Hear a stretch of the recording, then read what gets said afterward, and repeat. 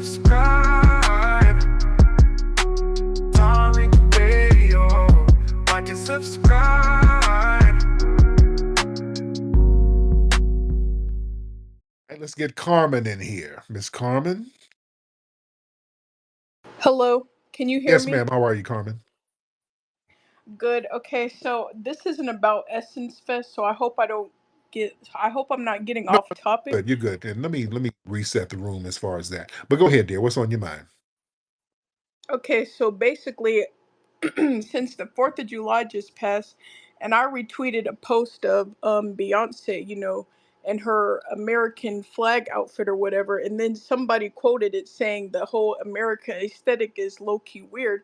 And then they were saying like why they were like people question her love for a country that hates black people. And it's like I understand that these critiques of the American flag are valid or whatever, but I feel like as somebody that is half black American and half African, I can speak on it though.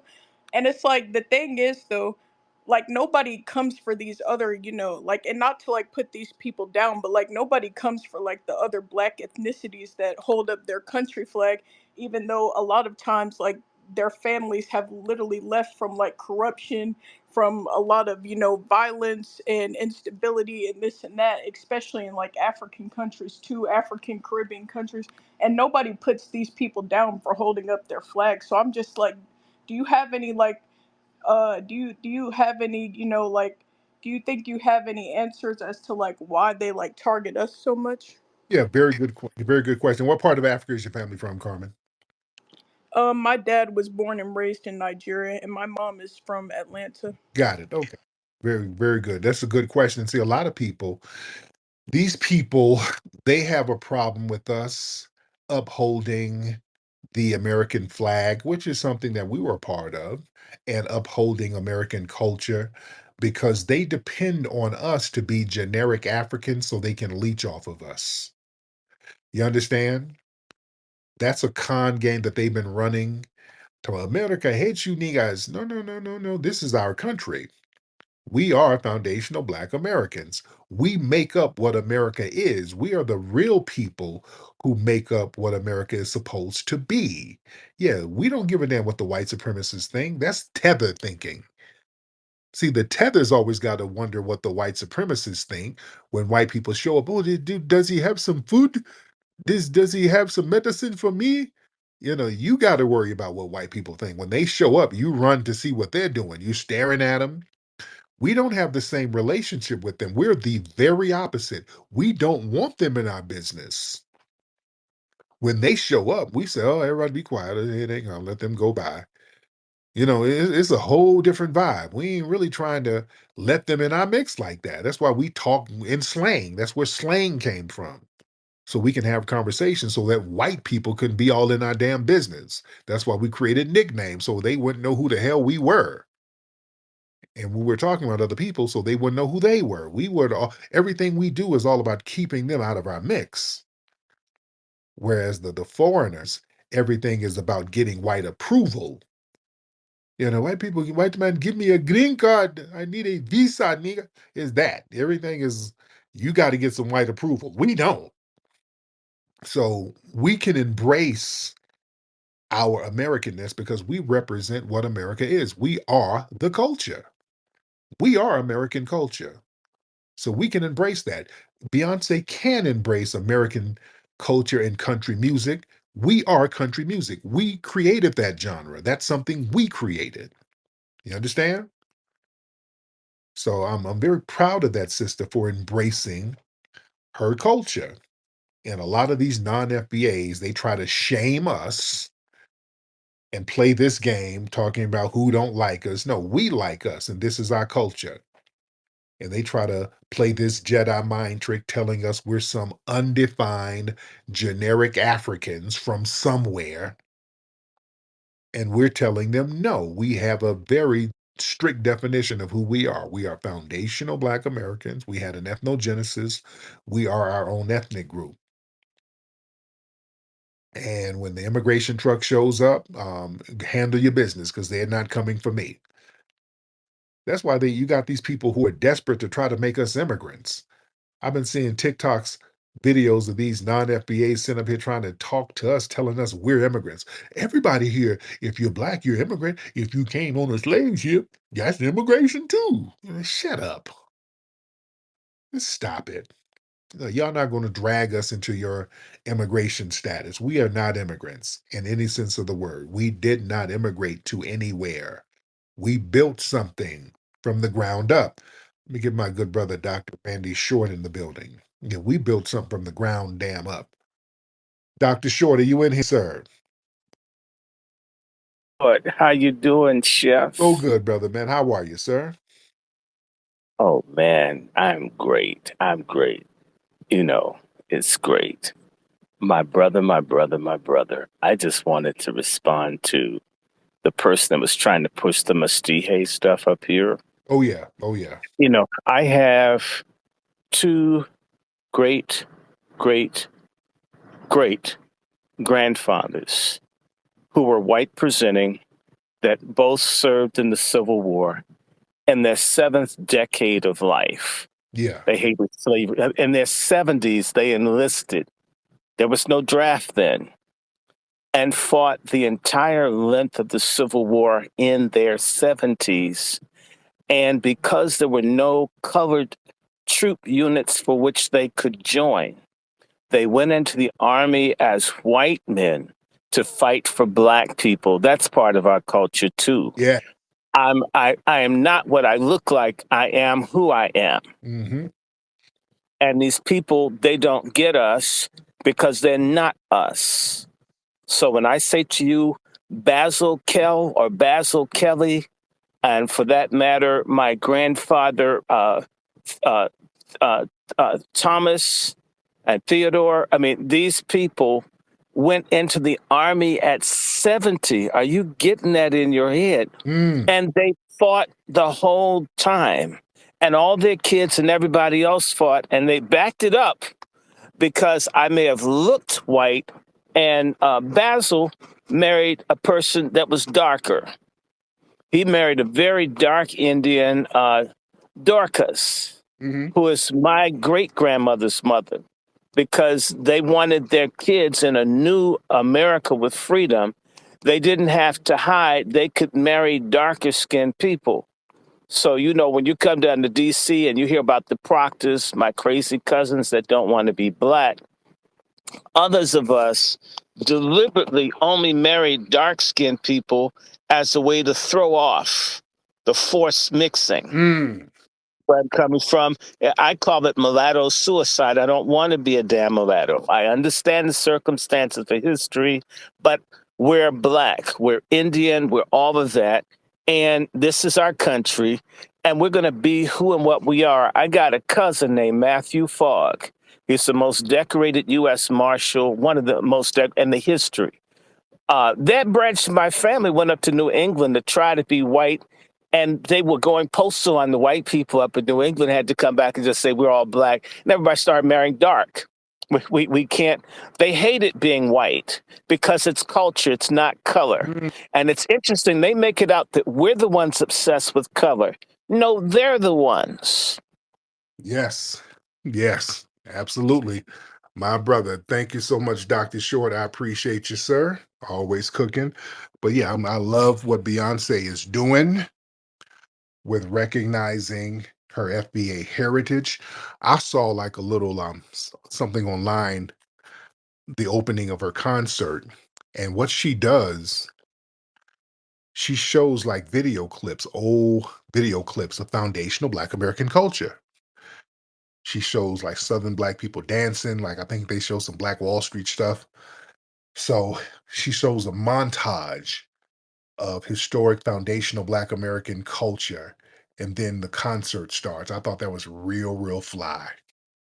I thought that was very, very fly. And a lot of the tethers really got mad. Wait a minute. First of all, she thought she was the Igbo queen, and now she is, what is the sheet?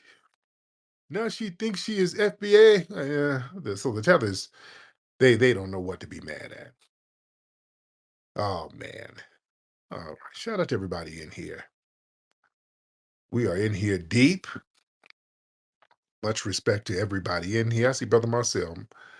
the legendary brother Marcel. I see Nikki. I see Juicy. I see brother McCall, Brooke. I see y'all cousin Jerry down there. I see y'all down there.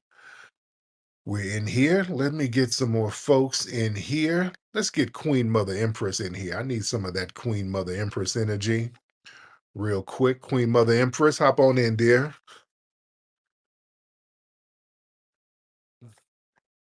Miss Empress. Love, we're celebrating our birthday. Love you, Yes. Tariq. You know, listen, my birthday will be next week. So I'm letting you know I celebrate through August 31st.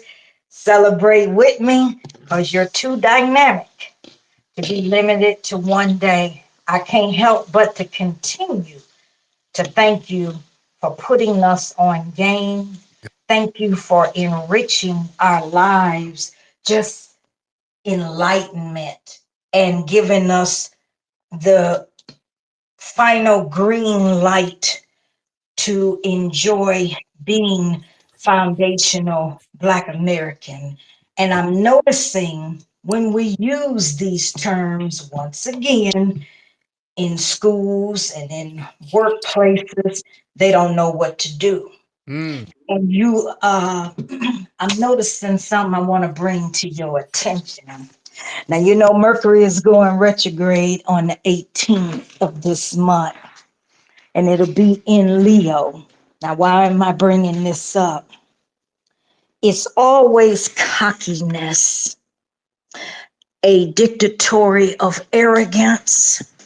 Some of the main individuals of the white supremacists that wanted to see Black downfalls is the ones that the ancestors is whooping in them floods. Have you noticed that? Are you noticing the public outcry mm, with the flooding and the missing of some of the children? mm, But it's never been like that for foundational Black American children. mm, It's a reaping and sowing time. This is the tail end of that year of the snake. When we get into that fire horse in China, it's called killer horse.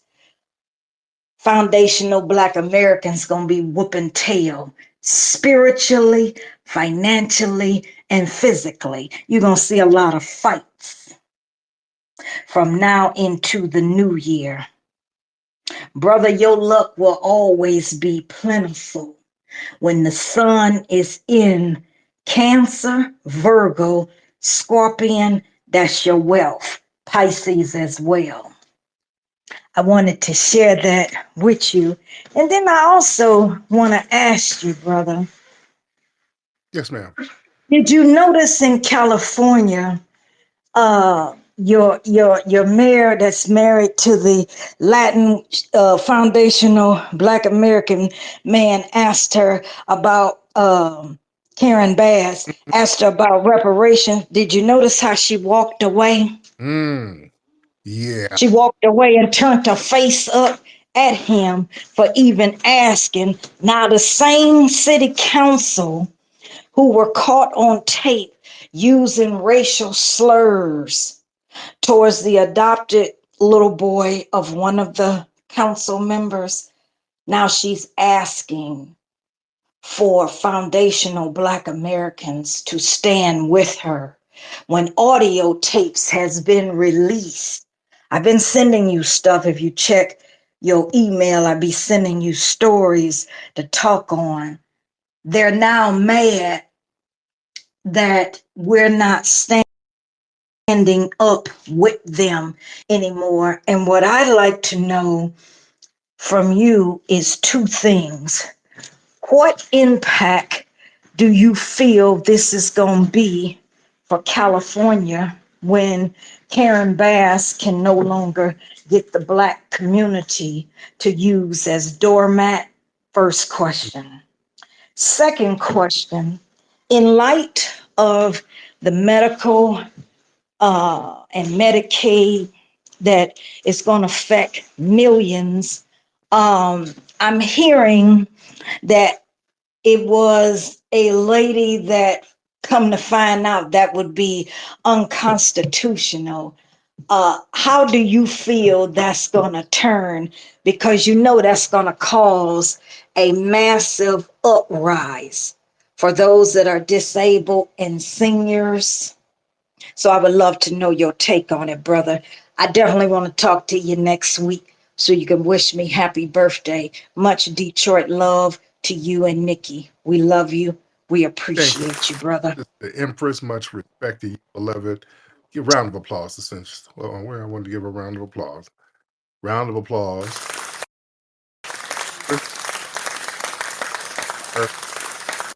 As far as the Medicaid thing, again, I want to see how they're going to do that because it might be unconstitutional for them to actually start slicing it the way they're talking about it. So we're trying to see how that's going to play out economically.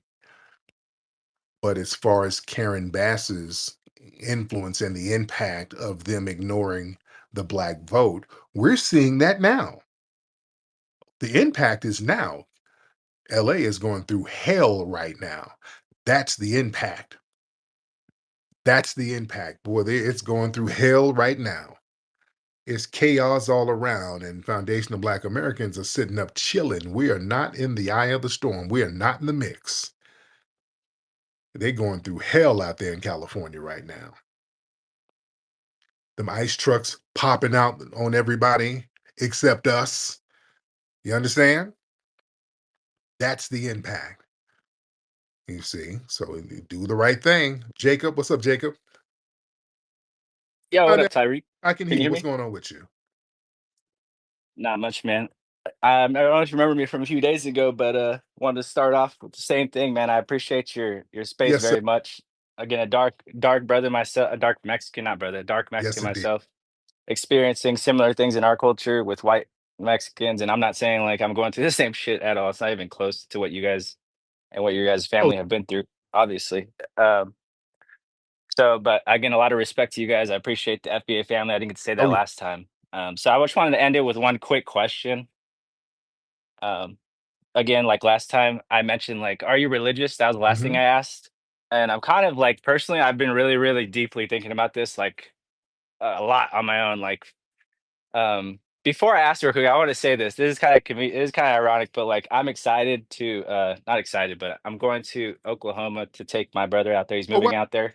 And like yeah, and we're out here in Fort Myers, Florida, and it's gonna be like a 20-hour drive, but I'm looking forward to being able to visit some of the Black history out there, the Black Wall Street. I've never seen it. I've heard about it my whole life. I'm looking forward Mhm. to seeing that. Not forward to seeing it, but just seeing like where it was and That's stuff, and good. then the Irish mobs and shit, what they did in the back in the day and all that. Thanks to you, I know this Yes, shit, and by the way. Um, yes. yes, sir. And But thank. yeah, so I'm Okay, shit. Okay, I conflicted. didn't know the man was still talking. Damn. Okay, it was taking him forever to get to the question. Okay, thank you. Get you up later. Okay, let's get fast money. Yo, what's up, Tariq? Well, Syrian legend, Fast Money, who's over there in Britain. Yeah, yeah, yeah. Has a lot So, Tar- about FBA. What negative thing?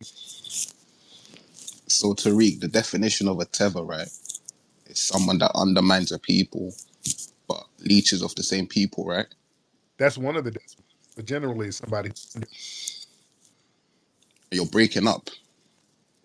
I can be heard. I'm fine. It's you chewing on that damn bushmeat. But, All right. All right, we've just defined what a tether is, right? right. So, Tariq, For a tether. so you sell Ogun juice, right? Yes. You have an Islamic name, right? Mm-hmm. You've made a movie about Haiti, right? Yes, I did. And you undermine all three of those people, right? How? What do you mean how? How did I undermine Ogun? Ogun comes from Nigerian spirituality, right? Mm-hmm. Do you undermine Nigerians every day? No, I don't. Yes, you do. Don't be a compulsive liar. No, no, that's You you. You're the scammer, not me. don't be a compulsive liar, Tariq. You're, We have you're the scammer. You're the one who's on all types of watch lists, and your passports aren't honored in certain. all right. You're deflecting right now. Oh, Can I just finish? because you're trying to project, sir. Ogun don't with you no more. Ogun is over here now. Ogun don't mess with y'all no more. Y'all don't honor the spirit of Ogun. Ogun is over here with us. Y'all niggas fled. And Ogun All right, and Ogun left too. He's over here. So yeah, that's not co-opting. Ogun left. all right, can I just finish what I'm saying, Tariq? Then But you can get into your ad hominems. that's not an ad hominem. You brought up Ogun and you're talking about are we tethering on Ogun? Ogun ain't over there no more. He left. Just like All right, y'all fled, but Ogun left too. but it still comes from Yoruba spirituality, right? Well, a lot of stuff comes from Africa. A lot of language I said Yoruba don't spirituality. matter. I didn't say Africa. I said Yoruba spirituality comes from there. It comes from my people. But You but you undermine. you ain't honoring the spirit of Ogun. You're honoring the spirit of fleeing. So Ogun don't fuck with you no more. So yeah. Anyway, you undermine all three of the people that you leech from. So by your Oh no. You undermine your people by leaving your homeland and letting it rot. You do that. You're not going to project onto me. I have done nothing to harm Africa or Nigeria. You have got a Nigerian flag and your musty ass is over there in Britain right now eating some egusi and English muffins. So you undermine Nigeria because you're the one who fled from it and you're never going back. So why are you trying to project that onto me? okay, so now I've just proved that you're a tether and a pathological liar and a hypocrite. Projector. You're projecting your own failed, tethering, fleeing disposition, sir. That's you, right? Y'all love projecting your failure onto us. You're the one who has a failed homeland that you had to escape from, not me. And Tariq, ad hominems. Why the ad oh, hominem? that's not an ad hominem. You don't even know what ad hominem is. You just be saying shit. And you're talking about Ogun. Ogun don't f with you. Ogun left. You don't have the fighting spirit of Ogun. You got the fleeing spirit. All right. Ozum. Zooming your ass across the water somewhere. That's your new god. Ozum. All All right. right, I got one more question for you, right? What you have for me? So I was watching your interview with Jared Taylor a couple years back, Mm-hmm. and when IQ and academia was brought up, why did you refer to Nigerians? Why did you refer to Black Americans? Doesn't matter. I was making examples with him. No. But why refer to Nigerians? Why? I don't even remember what I said. What did I say?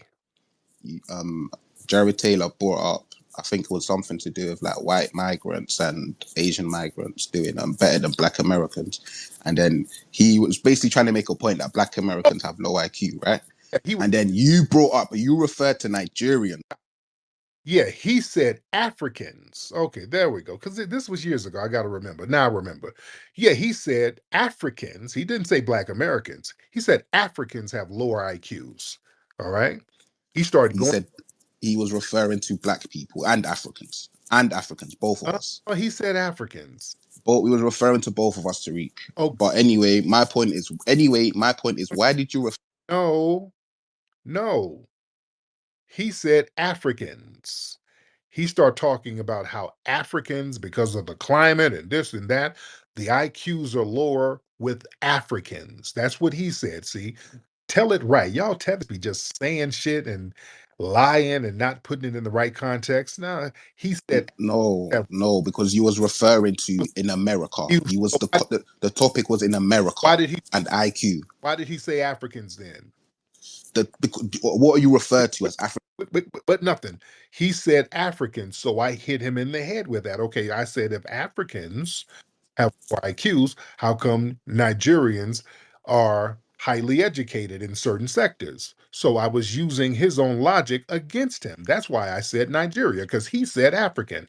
So that's not the gotcha you thought. No, he was Set referring. that up. He was talking about African people and us by extension, and I used his own logic against him.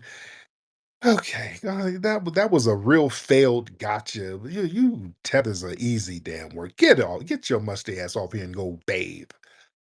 Damn, boy, these tethers be just fishing for a gotcha, sitting up thinking, what nigga? You said this one time and you did not mean that. Why did you say Africans and not? Shut up. Now you just whining. That's whining.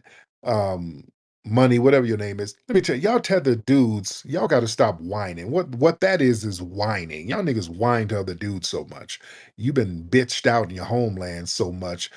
You think whining to other niggas is the thing to do. Stop whining to other dudes. You just whining. Boy, that's real bitch made. That's why they listen, y'all got to understand, and I talked about this before. A lot of these places, a lot of these third world countries, we got to be real. A lot of these places were playgrounds for white LGBT men, like Haiti. Talked about this before. Haiti, back in the 70s, white men, and in a lot of other parts of the Caribbean too, and in Africa, these white men, they would do sex tourisms over there. Yeah, they talk about the women doing it, but oh, these white men, you think they ain't doing sex tourism in these black nations? So a lot of these little third worlds, these white men secretly, they go over there and start fondling bussy. And a lot of these dudes, like the dude who called, they're reflective of that. They're very bitch made. They got fondled by some damn white tourist, and they've been bitch made ever since. And you act bitch made. Cut that out. Stop being bitch made. Get over the fondling, nigga. All right, let's get Jesus Ops. Jesus Ops. What's up, Jesus? What up, What's up, Devin? man? How are you, brother? I'm all good, man. First of all, man, I love everything you've been doing, man. Hidden Colors, that's my shit. Yes, sir. Um, I just wanted to say, man, as somebody from Chicago, I be hearing a lot of people talking shit about Chicago, and I can't let it go on, man. I got 2 points to make. Number one, shout out to the doctor that was on like two people before me. Yes. Um, I'm gonna speak to him at the end of this, but like Chicago, there was never Chicago was not violent. So for Oh, everybody yeah. that be like, uh, what about Chicago? What about Chicago? What about Chicago? What about Chicago? Nigga, Chicago always been like Mm, this. There was not ever a time when Chicago was not like this. So you could always point to before niggas was doing this. Like I'm not gonna absolve us of what's going on here. You know what I mm. mean? But you feel me? It's been like this before we was doing this type of shit. Like nigga, shout out to the people that was here before Oh, yeah. that. Like Al But Capone and those. you know, Capone and all of that. You know what I mean? Like it's been like this before we was the main proprietors Yeah. of this shit. But to the point that the doctor was making of the light skinned brothers that was laying it down. Cause my people from Mississippi and the original Lewis Tate, you know, my people was Lewis Russian. The original Lewis Tate was a light skinned brother. He was all nigga though. Yeah. You feel me though? So like he was he was always about that. So I feel what he was saying when he was talking about his light skinned forefathers that was putting it down for Oh, putting it down. So I just wanted to let yes, that be sir. And known. to touch on that, speaking of Chicago, you had some light skinned cats, the Jones brothers. A lot of them were real light skinned dudes. Some of them come down, they passed for white, but they were some gangster Negroes, man. Teddy Rowe, these dudes were light skinned Negroes, damn, they're passing for white, but they were full black, gangster as hell. They were killing made men, they were killing mafia dudes. That's why the Jones brothers, who really revolutionized the numbers running game, where these guys made millions of dollars and they funded a lot of businesses and stuff in Chicago. They ended up having to go down to Mexico. Teddy Rowe stayed. He stayed, and he ended up getting killed by the Italian mafia. He knew they was gonna kill him, but he was terminal. He had cancer, so he was like, "Okay, I might as well stay here."